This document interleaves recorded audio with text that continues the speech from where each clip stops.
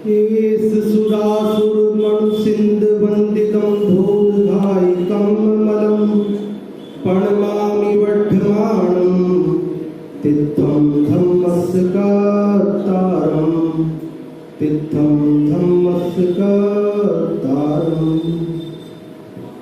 गुरुदेव श्री जयंती के उपलक्ष्य में आयोजित इस संगोष्ठी में मेरा विषय है गुरुदेव श्री का आगमनानुकूल आचरण। देखिए, आगमनानुकूल आचरण गुरुदेव श्री का कैसा था, इस बारे में क्या मैं आपको बताऊं।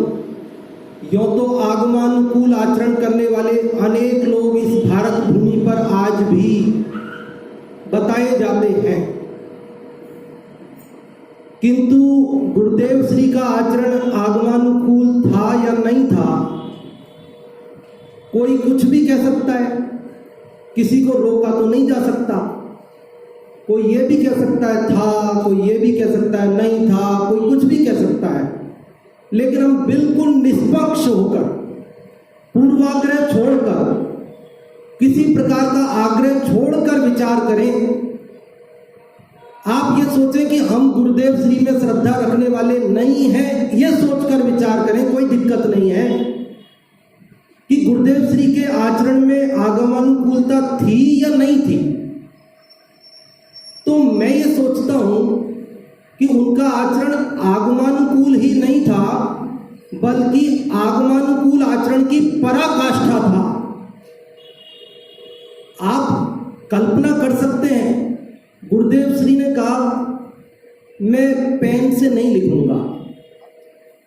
क्यों भाई, पेन से क्यों नहीं लिखोगे, पेन से लिखने में क्या दिक्कत है? तो उनका इसमें स्याही होती है जो बिना छने पानी से तैयार होती है और उसके अंदर भी जीव उत्पन्न होते हैं, इसलिए मैं पेन का उपयोग नहीं करूंगा। अब बताओ, कौन ऐसा सोचता है आज की दुनिया में जो आगमनानुकूल आचरण करने का दंभ भरता है कि मैं आगमनानुकूल आचरण करता हूं, क्या वो पेन का त्यागी है? गुरुदेव श्री सारी जिंदगी में उन्होंने पेन का उपयोग नहीं किया, पेंसिल से लिखते थे, पेन से नहीं लिखते थे। अब बताओ, आगमनानुकूल आचरण की पराकाष्ठा नहीं है तो और क्या है? उनको आचार खाना बहुत पसंद था, बचपन से ही उनको आचार पसंद था। 19 साल की उम्र थी, एक दिन वो आचार खाने के लिए जैसे ही उन्होंने आचार की बरनी का बर्तन खोला और उसमें उन्होंने देखा सूक्ष्म जीव, उन्होंने कहा कि आज से मेरे आचार का आजीवन त्याग है। बोलो, जिसको आचार खाना प्रिय हो वो क्या करेगा? जीव दिख भी जाए तो क्या करेगा? ऊपर से साइड में कर दो, नीचे से ले लो।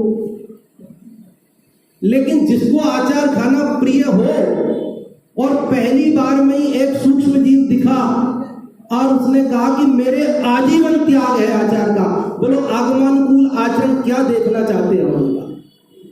वो तो पहले ही घोषित कर चुके हैं कि मैं अवृत्ति श्रावक हूं। और ये भी बात है कब की? जब वो 46 साल की उम्र थी उनकी तब। लेकिन आचार वाली घटना है 19 साल की उम्र की। 19 साल की उम्र में उन्होंने आचार का त्याग कर दिया और चारों प्रकार के रात्रि में आहार का त्याग बचपन में ही कर दिया था। चारों प्रकार का खाद्य, स्वाद, लेय, पेय, चारों प्रकार के आहार का त्याग बचपन से कर दिया रात्रि का। देखो, ये सब बातें मैं आपको इसलिए बता रहा हूं, गुरुदेव श्री के जीवन में तो इतनी सारी बातें हैं जिन सबको अभी 10 मिनट में बताना संभव नहीं है, लेकिन मैं कुछ वो बातें चुन चुन के आपको बता रहा हूं कि जिनसे हमें विशेष प्रेरणा मिले। हम अपने जीवन में यदि वैसी कमी चल रही हो तो हम भी सुधारने का प्रयास करें। अगर हम पुराना आचार खाते हों तो आज के दिन इस गुरुदेव श्री जयंती को यादगार बना ले कि हमने गुरुदेव श्री की 133वीं जयंती पर पुराने आचार का त्याग कर दिया। उन्होंने तो 19 वर्ष में किया था, लेकिन अब जो भी उम्र हो कोई बात नहीं, जब समझे तभी सवेरा है, कोई दिक्कत नहीं है। गुरुदेव श्री के आगमनानुकूल आचरण, उनके भोजन की शुद्धि देखो, वस्त्रों की शुद्धि देखो, उनके महिलाओं से कितनी दूर रहना है। गुरुदेव श्री का एक एक आचरण गौर करने लायक है। गुरुदेव श्री जब सोनगढ़ में रहते थे और वह नीम के पेड़ हैं कहीं उस प्रांगण में, उन नीम के पेड़ों की पत्तियां झड़ जाती थी, झड़ती हैं पेड़ों की पत्तियां। चैत्र, ये जो आम वो उसका फूल आता है ना, फल बगर क्या बोलते हो, पतझड़ में फूल आता है ना उसमें, नीम के पेड़ में निम्बोली से पहले फूल आता है, बगर बोलते जो भी बोलते, वो झड़ जाता है नीचे, बहुत सारा फूल झड़ जाता है। तो जब वे चलते थे तो उसके ऊपर किसी सूखी पत्ती पर भी पैर नहीं रखते थे और उस फूल पर पैर, और कोई रखता था तो उसे कहते थे तुम्हें मालूम है तुम जिसके ऊपर पैर रख रहे हो उसमें भविष्य के अनंत सिद्ध विराजमान है। ये फूल के अंदर देखो स्वयं झड़े हुए फूल, हरे फूल तोड़े नहीं है किसी ने, स्वयं झड़े हुए फूलों पर, सूखी पत्तियों पर भी पैर स्वयं नहीं रखते थे। कोई रखता तो उसे बोलते कि इसमें अनंत सिद्ध विराजमान है भविष्य के, तुम्हें मालूम है तुम किनका अभिनय कर रहे हो, किसके ऊपर पैर रख रहे हो। अब आगमनानुकूल आरोप लगा देना आसान है। मैंने आपसे पहले ही कहा था कि कोई कुछ भी कह सकता है, और मैं तो आपसे ये कह रहा हूं कि हम गुरुदेव श्री में श्रद्धा नहीं रखते, ये सोच के विचार कर लो उनके आचरण में, अगर कहीं कोई आपको कमी नजर आती हो। 91 वर्ष का लंबा जीवन और 91 वर्ष के लंबे जीवन में हमको कोई ऐसा आचरण दिखाई नहीं देता जो आवृत्ति श्रावक के अनुकूल ना हो। वे मुनि तो नहीं थे, अगर हम उनको मुनियों जैसा आचरण से तोलना चाहेंगे तो जरूर हमें नहीं मिलेगा, लेकिन आवृत्ति श्रावक थे। आवृत्ति श्रावक के जीवन में आचरण कैसा होता है, आवृत्ति श्रावक का आचरण आगम में कैसा बताया है, यदि हम उसके अनुसार देखते हैं तो हमें तो कोई कमी नजर आती नहीं। गुरुदेव श्री को जब वहां पर पहले तो पक्का नहीं था ना आंगन सोनगढ़ में, तो बारिश की ऋतु में कीचड़ में से और धूल उग जाती थी, उसमें से पैर तो रखना नहीं था, तो बीच बीच में पत्थर रख दिए जाते थे, तो वे उन पत्थरों पर पैर रखते हुए चले जाते थे ताकि घास में पैर नहीं रखना पड़े, कीचड़ में गीले में पैर नहीं रखना पड़े, क्योंकि वहां जीव हिंसा होगी।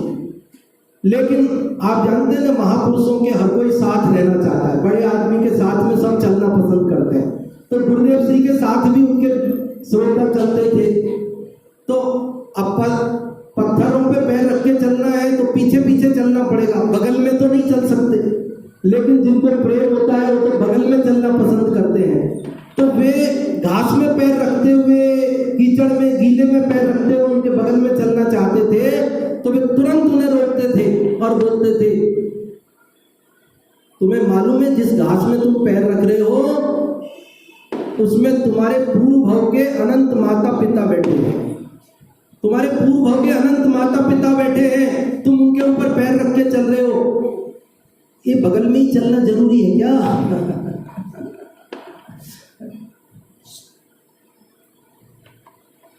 देखो, मैं तो आपको पहले ही कह चुका, किसी आग्रह पाल करके बात नहीं होती है। गुरुदेव श्री ने आग्रह नहीं रखा, जिस मत में जन्म लिया उस मत का आग्रह नहीं रखा, जिसमें दीक्षा ली उसका आग्रह नहीं रखा। उन्होंने तो कहा मुझे सत्य चाहिए, ये भव के अभाव के लिए मिला है, किसी मत पंथ के पोषण के लिए नहीं मिला है। तो आप और हम सब भी ये संकल्प लें कि हम किसी मत और पंथ से बंधकर नहीं चलेंगे, हम तो सत्य की खोज में रहेंगे और हमें सत्य जो होगा उस पर चलेंगे। हमें किसी पंथ का आग्रह नहीं है, मत का आग्रह नहीं है, हमें तो सत्य चाहिए। ये भव के अभाव के लिए आगे बढ़ना है, भाव बढ़ाने के लिए नहीं बढ़ना है, क्योंकि हमने किसी मत और उसका पोषण में जीवन निकाल दिया तो एक भाव कब मिलेगा कुछ कह सकते हैं? बहुत ही दुर्लभ भावना में कितना उसका दुर्लभता बताई मनुष्य भाव की। आचरण के अंदर हम कई दृष्टि से बात कर सकते, कई टुकड़ों में बात कर सकते, कई भेद करके बात कर सकते, लेकिन एक और बात यह देखने की है कि मन वचन काय 3 प्रकार से अपन आचरण का भेद करें। मान लो, मतलब उनके विचार आगमनानुकूल थे, उनके वचन आगमनानुकूल थे और उनका व्यवहारिक आचरण भी आगमनानुकूल था। कई व्यक्ति क्या करते हैं, आचरण तो आगमनानुकूल करते हैं लेकिन श्रद्धा नहीं होती, विचार आगमनानुकूल नहीं होते। हाँ, शोध का भोजन कर रहे हैं, छान के पी रहे हैं, सब कर रहे हैं, फिर श्रद्धा नहीं है। अब क्या पता किसने देखी, अब नियम ले लिया तो पाल रहे हैं। अथवा तो इस प्रकार के हीन वचन भी बोल देते हैं, अब ठीक है जो नियम ले लिया पाल रहे हैं, लेकिन उन्होंने सारे जीवन में कभी अपने विचारों में शिथिलता नहीं आने दी, अपने वचनों में शिथिलता नहीं आने दी, और आचरण में तो आने दी ही नहीं। वो तो सामने से दिखती है सबको। उनके कैसी भी सभा में वो बोले हो, अभी हमने सुबह नैरोबी के प्रवचन सुने ना, विदेश की धरती पे बोले तो भी क्या बोले, विदेश की देखो सभा देखकर वक्ता की जबान पलट जाती है। मैं यहाँ मुमुक्षु मंडल में बोलूंगा तो क्या बोलूंगा, और मुझे अगर किसी अन्य सभा में बुलाया जाए तो क्या बोलूंगा, उससे मेरी श्रद्धा का पता लग जाएगा आपको कि पंडित जी यहाँ आए हो तो यही बोलोगे, वहां क्या बोलते हो उससे पता चलता है आपका। लेकिन गुरुदेव श्री को देखो, उनकी सभा चाहे देश में हो विदेश में हो, गुजरात में हो चाहे दक्षिण प्रांतों में हो, जहां लोग हिंदी नहीं जानते, जहां बिल्कुल साधारण श्रोता बैठे हो जो पहली बार सुन रहे हो, चाहे बड़े से बड़ा राजनेता उनकी सभा में आया हो, तो भी उनके वचन आगमनानुकूल ही निकले। कभी भी उन्होंने आगम के बाहर उनकी जबान फिसली नहीं। वैसे वक्ता की जबान फिसल जाए इसमें कोई आश्चर्य नहीं है। आपको मैं बता दूं, ये माफ है। हम भी यहाँ बोलते बोलते कोई एक आध बात गलत भी निकल जाए ना, मुकदमा चलेगा, वो माफ हो जाएगी, क्योंकि यहाँ लिखा नहीं जा रहा है, बोला जा रहा है। बोलते समय जबान कभी फिसल भी जाती है, लिखने में नहीं चलेगी गड़बड़ी, क्योंकि वहां तो सोच समझ के आप सुधार सकते थे, लेकिन यहाँ सुधारने का मौका नहीं है ना। जो आया दिमाग में बोल दिया, उपयोग कहीं चला गया, कुछ निकल गया, तो बहुत ज्यादा सजा नहीं हो सकती है उस पर।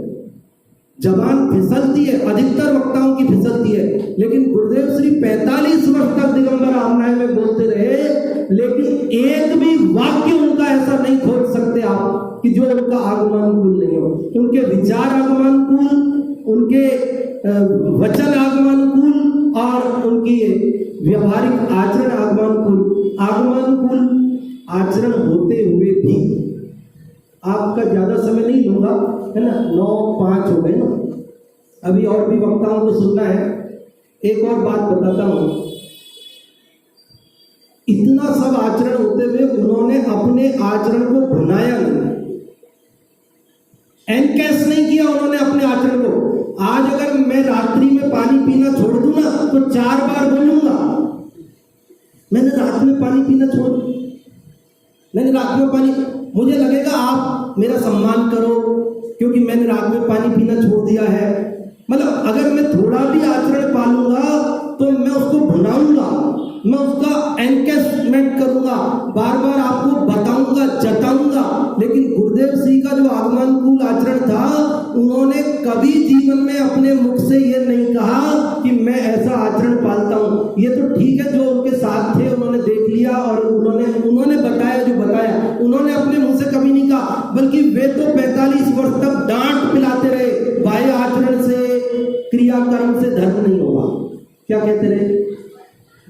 स्वयं शुद्ध भोजन करते, स्वयं आगमनानुकूल आचरण करते, लेकिन क्या कहते?